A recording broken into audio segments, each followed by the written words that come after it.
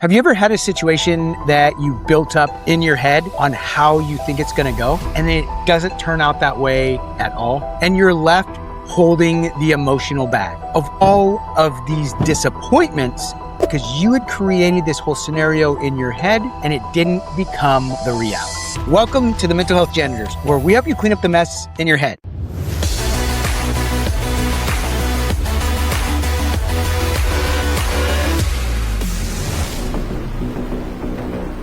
I'm your host, Sergeant Q, and with me today, my lovely wife, is Q. Hey, everybody. Awesome. We haven't done an episode in a while, but I this know. is going to be fun. So we have a great episode talking about missed expectations and what that means in the marriage. But before we get, I want to talk about bricks and minifigs. Oh my gosh. So if you guys don't know what bricks and minifigs are, you're sleeping under a rock. You absolutely do know what this is. They're Legos, but they can't call them Legos because that's the brand name. So this company, it's a franchise company called Bricks and Minifigs. It's people where they buy and sell Lego products on the secondary market. It's huge. When I was a kid, I loved playing with Legos, pirate sets, castle sets. So fun, but super, super expensive. Like I would only get these things at Christmas. And then every now and then I'd get a bag of Legos that weren't a set and I could build my own. I didn't care. I loved it.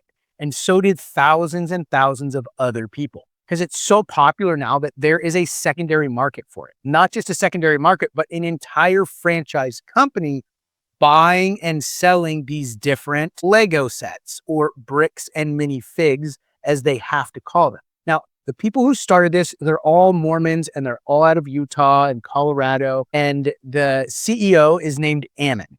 Okay, so this is important information to know and understand. A big part of the Mormon church here. That's where the company started. And he sells franchises. Basically, you can use the name and the business model in Eugene, Oregon, and then somebody else can buy one in Salem, Oregon. And you basically buy a territory and they give you the whole business in a box. McDonald's is another franchise. So very much like McDonald's, where you buy the name, they send you the stuff, the signage, you get the food, you have to make it exactly the way they want it. That's the franchise model. So they cover the business side of it and you cover the operations. There's lots of franchises, Little Caesars, Carpet Masters, Stanley Steamers, all these different franchise models that are out there. Very popular. It works really well until it doesn't. And that's what we're at. So now that you know a little bit about that side of the business, let me explain what happened. There was a franchise owner that was in Oregon who took in $200,000 worth of highly collectible Star Wars bricks and minifigs, Lego sets. $200,000 worth of that. This guy was dying. It was the end of his life and he needed the money to pay for care. So he put it there on what's called consignment. So the Bricks and Minifigs franchise owner didn't have the capital to just give him $200,000. So they said, we're going to inventory this. We're going to set it up and people buy pieces. And as they buy it, we're going to pay you and take a cut off the top. Very standard. Lots of companies do this on consignment. Not a big deal. RVs do this. Mm-hmm. This is very common. This happens. Well, in the midst of that happening, the franchise owner sells her franchise to a new owner. Okay. So all of that inventory, capital, agreements, contracts, all of that gets sold to the new owner. Seems very simple and it should be very smooth. However, the franchise company, Ammon, the guy at the top, the CEO of all the franchises, the guy who's in charge, his team comes in and they look at the inventory because they have to approve every transaction. Well, as they're doing the inventory, this $200,000 worth of highly collectible consignment Star Wars sets completely disappear. The guy who owns them keeps contacting Bricks and Minifigs in Oregon saying, hey, where's my money or where's my Legos? The new owner's like, I don't know anything about it. The other company, the franchise company came in, did the inventory and that wasn't in it. So he goes back to the old owner and she says, I sold everything. Here's all the paperwork. So between the old owner and the new owner, the corporation got involved and that's where these sets disappeared. Very, very easy to see that once corporate got involved, they saw how valuable this was, corporate took it. Very, very clear that that's exactly what happened. This guy's complaining, he's getting no results. They keep just delaying him. This YouTuber gets involved. This is why I love social media. Social media is the best way to hold businesses accountable. I've done this in my own life. Friends who got ripped off by car dealerships. Remember the friend I do. that we had? That he took his car in to a dealership and they were supposed to do some repairs on it. He got the car back and the whole side of the car was damaged. And they tried to say, oh, that damage was already there. They were giving him the runaround until I got involved with my social media following, put this out on the internet, and very quickly they wrote him a very large check. And I don't even know how big it was because they made him sign a non-disclosure as long as I agreed to take it down. Now, if I was smarter, I would have gotten a check too, right? I know. I should have gotten a check because I put it out there. I was the catalyst to make this thing blow up. And this local car dealership was like, no, write the check. They wrote the check. They gave the guy a new car, basically, because they had totaled his car. On a coffee run. On a coffee run. Yeah. So one of their mechanics decided to go take a customer car out on a coffee run, got in an accident, didn't report it. It was a hit and run. Like, it was a whole big thing. Mhm. Police were involved. This is a big, big deal. But because of social media, we, the consumers, were able to get justice for our friend. No. So in comes this YouTuber, very, very popular. He's called Reckless Ben Snyder. And he's called Reckless because he just doesn't care. He exposes things like this. He got a hold of this thing and blew it up, put it all over the internet, ripped the covers off this, and the cockroach started to scatter. Well, he starts reporting on it, video after video after video after video, and then he decides to drive to Ammon's headquarters in Utah, I believe, or Colorado, one of the two, Utah or Colorado. He either lives in Colorado or Utah, one of the two. He drives there because now he has to serve this guy with legal papers. So it's illegal. He's representing the guy who got ripped off, and he's going to serve as a process server, serve this guy Ammon with legal papers for a lawsuit for $200,000 plus damages. So he's videotaping the whole thing going down. And he tries to serve him. He calls the police on the guy, saying that he's being, Ammon, the CEO, says he's being harassed and this guy's trying to harm him and do all of these things. So the police show up and he explains to the police, no, here's all the evidence. I just need to serve him. So if you can bring him out, I'll serve him. Police talks to the police, gives him the paperwork. They go talk to Ammon and then come back and they say, yeah, this isn't illegal paperwork. This is all false. You're running some sort of scam here and you need to get out of here where you're going to be arrested. The YouTuber's like, what are you talking about? Like, these are the police that are supposed to be upholding the law and they're now shielding this CEO from them. Fast forward a few days, he's still in town. He starts getting pulled over for no reason at all. There's dash cam video of him coming to a complete stop and then taking a right-hand turn. The police said he rolled through the stop. So they pull him over, they write him tickets, they arrest him, all of these things. A couple days later, they SWAT the guy's rented house. A couple days later, him and his film crew are in a house that they rented, trying to plan, like, what are they going to do next? And doing videos all the time.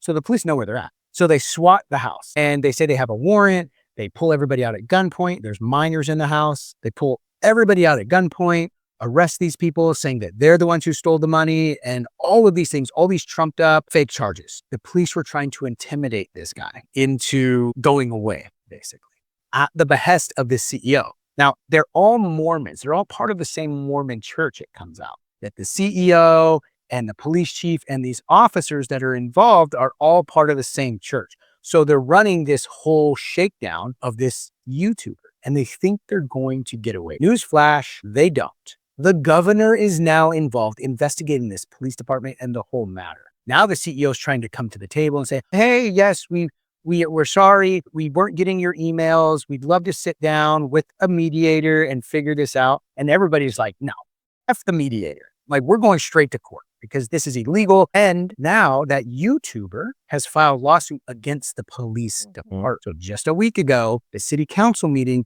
you had hundreds of residents going up and protesting against the police department, asking for immediate removal of these police officers and the sheriff for this collusion. Because they're saying now taxpayers are going to have to pay for the wrongdoing of these police officers because they were not upholding the law. And there is a legal claim now against the officers, which means the city, which means the taxpayers are going to foot the bill. So this is where we're at with Bricks and Minifigs. So if you guys don't know anything about this, go check it out. We're going to put a link to Ben's YouTube channel. There are literally hundreds of hours worth of content there. There's a lot of other creators out there that are retelling the story just like I did, But if you want the whole story, go check out Ben's page. He can give you every single detail. I've been following this because I'm a business coach. I'm a business owner and a business coach. And so I've been following this very, very closely. So what are your first thoughts? Now that I've told you the whole story and what we're dealing with, what are your thoughts with this whole situation? Well, the first one is that y'all, when you were kids, were getting the whole set. I got the mixed bag from Goodwill that never really made anything. No, but aside from that is, one, they're Legos, guys. Like, pump the brakes. Hey, what are you saying? They're not just Legos. That's your childhood. Yes. I'm gonna Greta you. What are you talking about? This is my childhood right here. I'm gonna Greta Thunberg you here. You have stolen my childhood. Okay, so from a business standpoint, the reason you take stuff on consignment is because it's valuable. It's unique. Yeah. Right? If I have that in my store, it's going to draw more people in. Even if they can't afford that or they're just coming to look at it, they're going to buy my stuff. 100%. That's the whole reason to take in something on consignment. Yep. Right? Now, when corporate got involved and this magically disappeared, you had stated that the original owner turned everything over. We've bought and sold businesses. We've done inventory. Done it. Where you have to both account for everything that's there. Yes. Okay. And so somewhere in that jumble, when corporate came in and the stuff disappeared, either A, the CEO wanted that stuff for his own collection and it's somewhere in a dusty basement. That's what I think. Right? Or B, he broke that up, sent it out to all of the other stores to draw in more business. Hadn't considered that, but if that would have happened, I think those guys would be speaking up. You would think, right? Unless they just got small pieces of it. And oh, wow, I got this great little collector's thing of Legos from Star. I don't know, the thing blowing up like it is. Yeah, you would think that people would come forward. So it's got to be in somebody's personal collection, whatever. The key point here is that this was an elderly gentleman who brought in his lifetime collection, right? To try and pay for his end-of-life care. Yes. So is this just a bunch of dudes sitting around with cigars saying, let's just wait him out? Yes, that's what I believe. That's exactly what I believe. I believe that they thought that they could just wait him out. He'd pass away. They just keep it. This has got to be in this guy's basement. Has to be. Because he's fighting so hard to not address it. So much so that he's getting corrupt police involved. We're not talking about millions of dollars worth of cocaine here. We're talking about $200,000 bricks and minifigs. And this is an $8 million company. Is he bribing them with Legos? I think they're all part of the Mormon church. And they have a very cultish type of mentality. To protect their own. I get that. And so these police are going to lose qualified immunity. Yeah. They're going to lose their job. They're never going to be police officers again.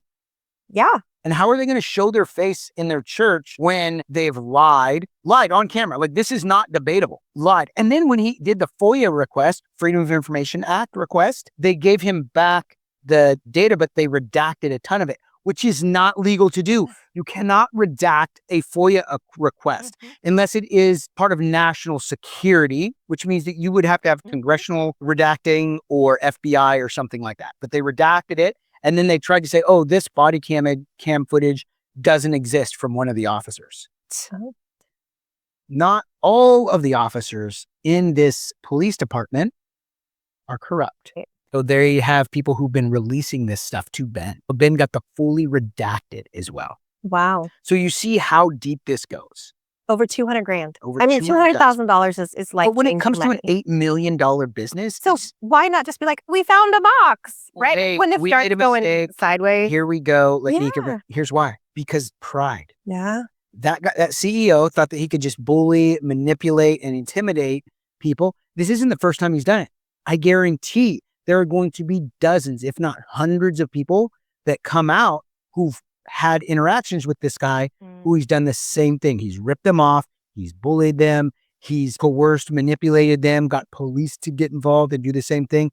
I guarantee that's what's going to come out. If I was a franchise owner, I would be pissed. I would be suing because now you charge us for the name and the reputation. That's what buying a franchise is. I am buying the reputation. I am buying brand recognition. And now my brand recognition is horrible. You know, it's funny. That's why I'm doing this episode with you, because you get it. I talk to other people who aren't business owners. Nothing wrong with that, but they're not business owners. So they didn't even consider that lens. They didn't even consider that lens of this impacting the franchisees. So a franchisee, I say, I think this is a good brand. I want to be a part of it. It has a good reputation, a good business model. And so I'm paying a franchise fee to the head company every single month on top of advertising, on top of buying my supplies, everything else. I'm paying a specific franchise fee so I can hold that name because that name is in good regard. I'm basically paying for the name because the name builds trust. And that's exactly why people buy franchises.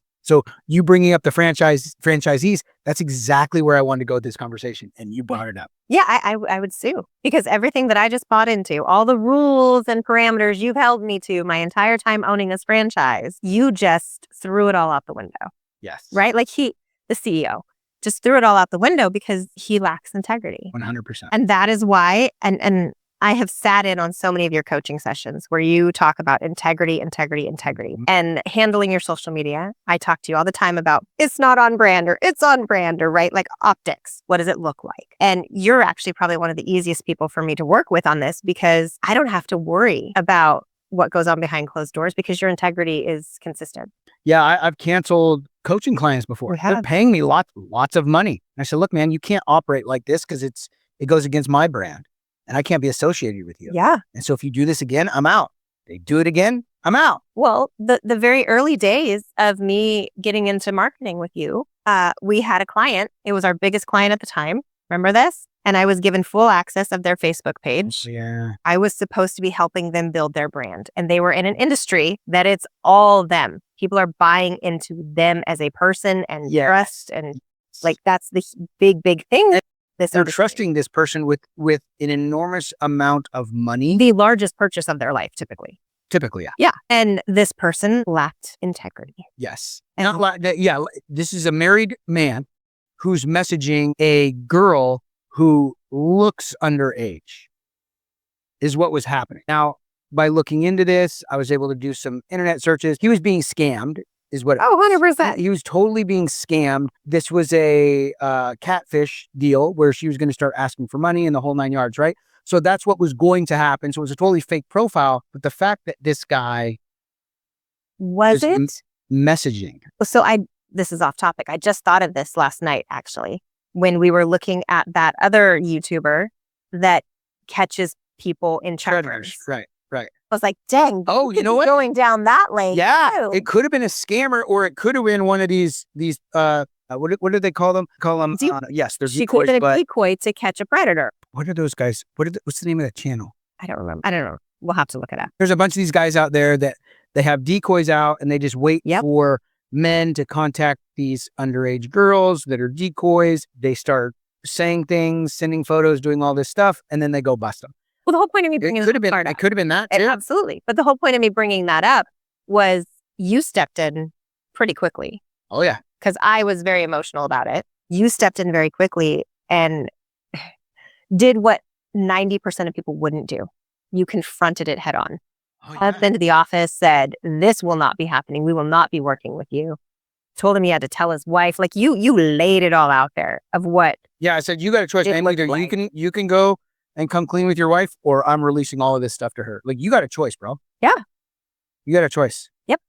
And I remember getting a phone call from their executive team asking me why I said due to a difference in integrity and expectations of morality, I would not be working with them. And that's how that whole story ended up going. But these franchisees don't have that ability. He's the top of the top. Yep. So what they can do is file a class action lawsuit, which is what, if I was a Bricks and Minifigs person who owned a franchise, I'd be contacting everybody else and filing a class action lawsuit against the CEO. Because here's what happens. All the Bricks and Minifigs get painted with that same light. Absolutely. And if you go on to all these other Bricks and Minifigs that have YouTube channels, have TikToks, have this, they're trying to build their brand out, they're getting roasted in the comments. Absolutely pummeled. And it's not their fault.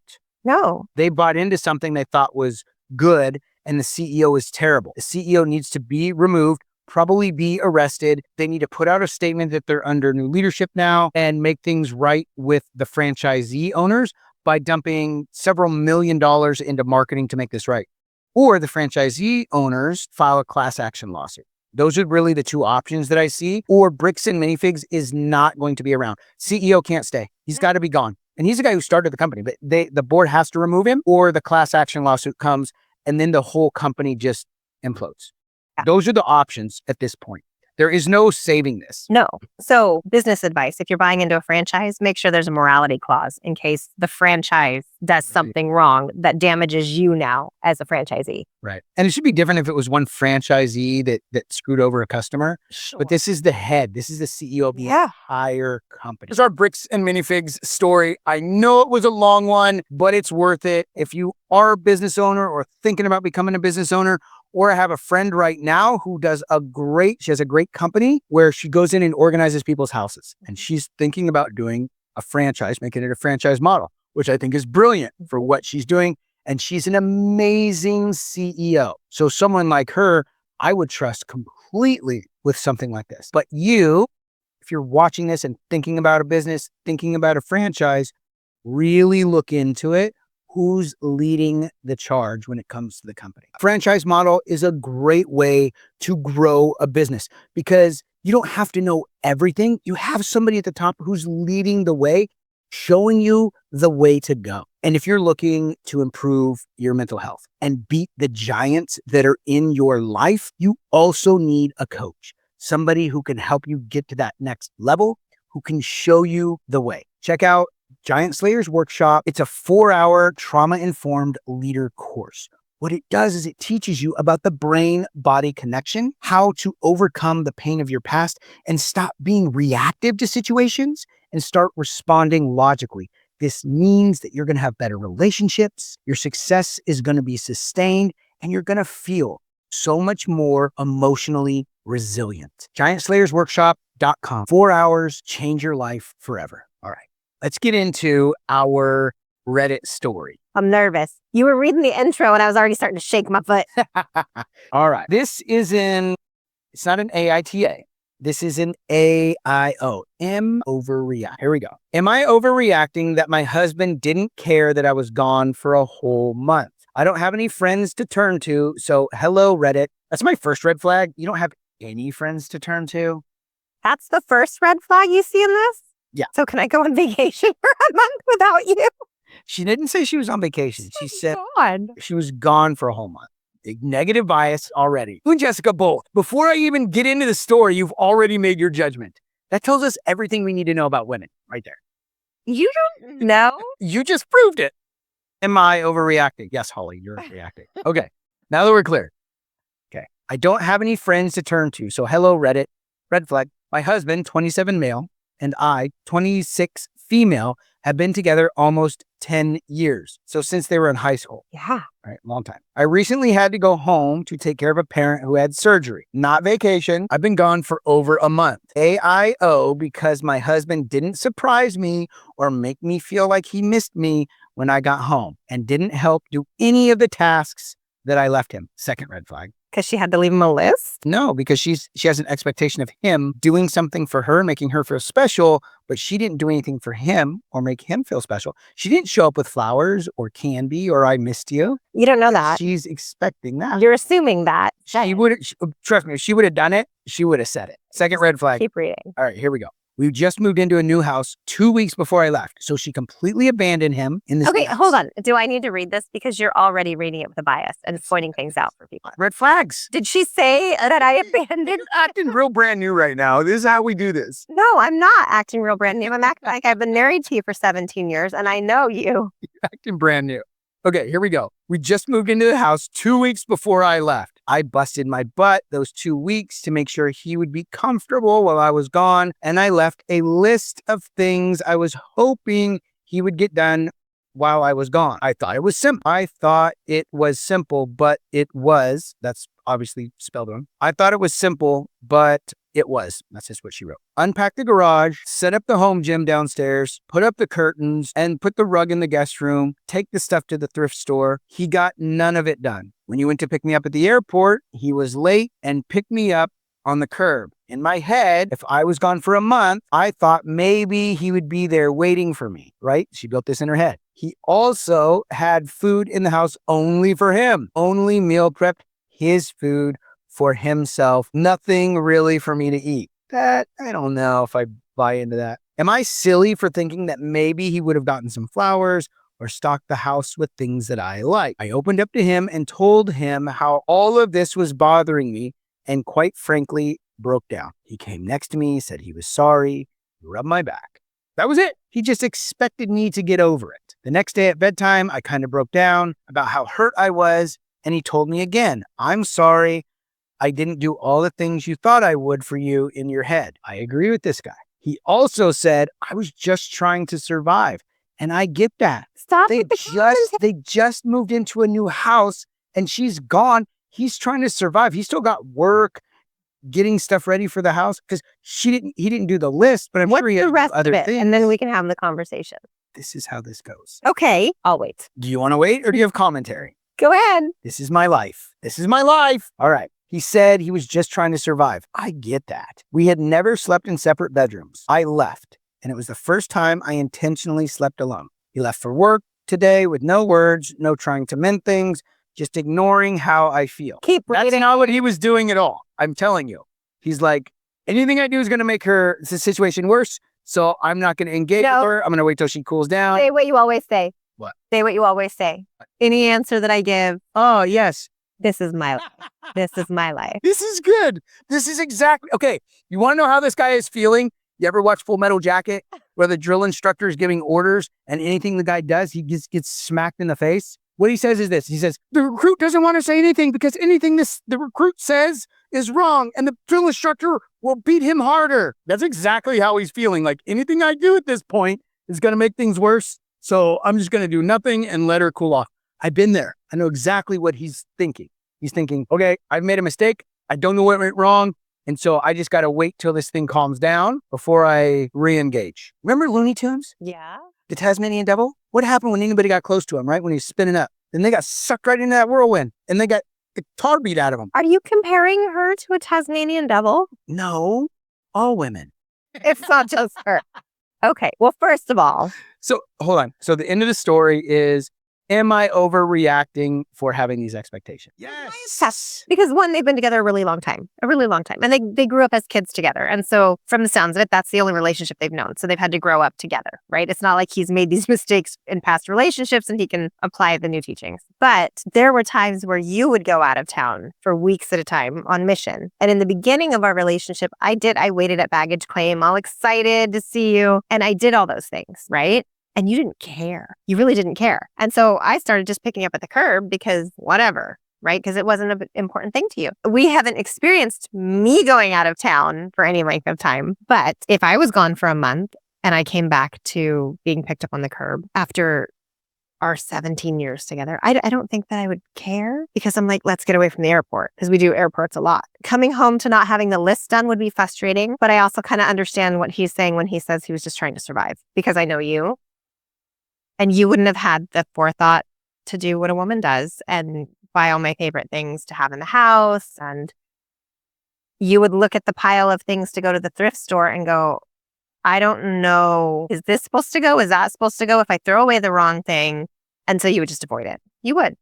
Girl just needs some friends. She just needs some girlfriends to talk to that are going to be able to be like, trust me, it's better that he didn't do anything. Well, and for me, I look at this and think if she had those expectations, she should have made them known. You know what? This was a point of contention in our marriage for a really long time.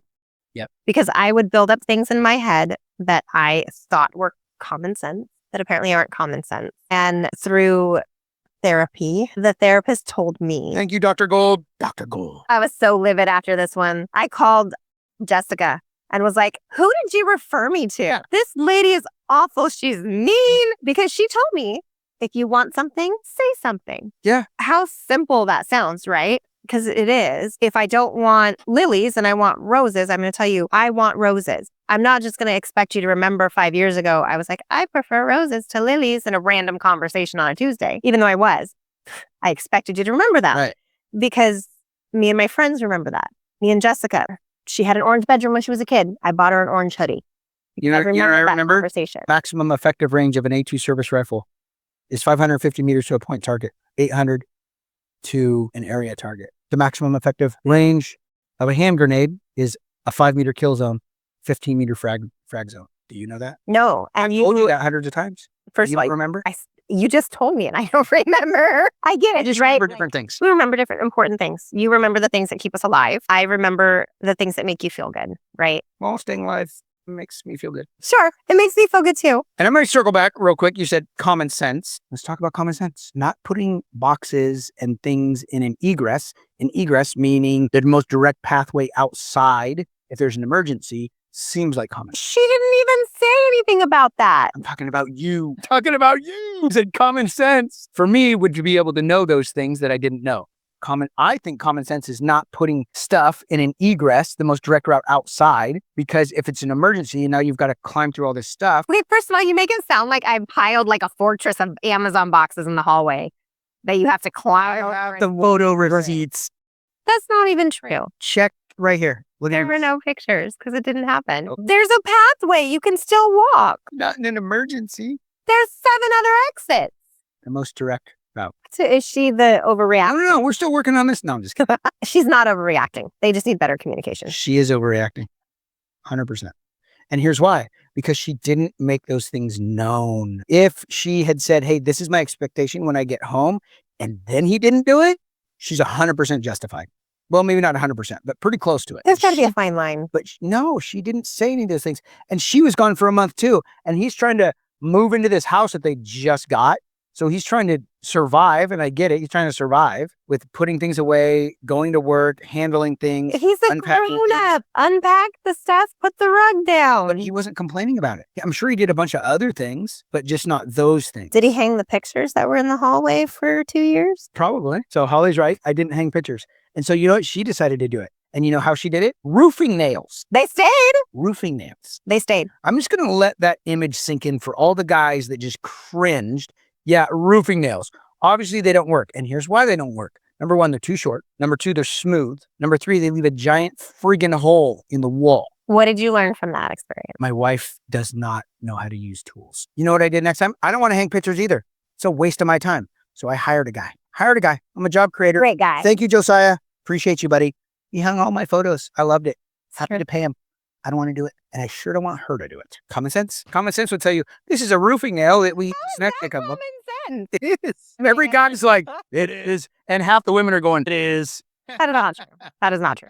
Okay. Let's do a poll. If you're a woman and you knew roofing nails would not work to hang photos and pictures that weigh 9 pounds, let me know in the comments. You're going to get roasted. I am not going to get roasted. You're gonna get roasted. Oh, I guarantee I'm not. Oh, yes. Should have hung the pictures up when I Shouldn't have left the Amazon boxes in the middle of the house and an egress. We're going to call Dr. Gold. Winning. I'm going to write a Reddit. Am I the a-hole? My husband didn't hang pictures for 2 years. Yes. Do you know how many times this woman's tried to kill me?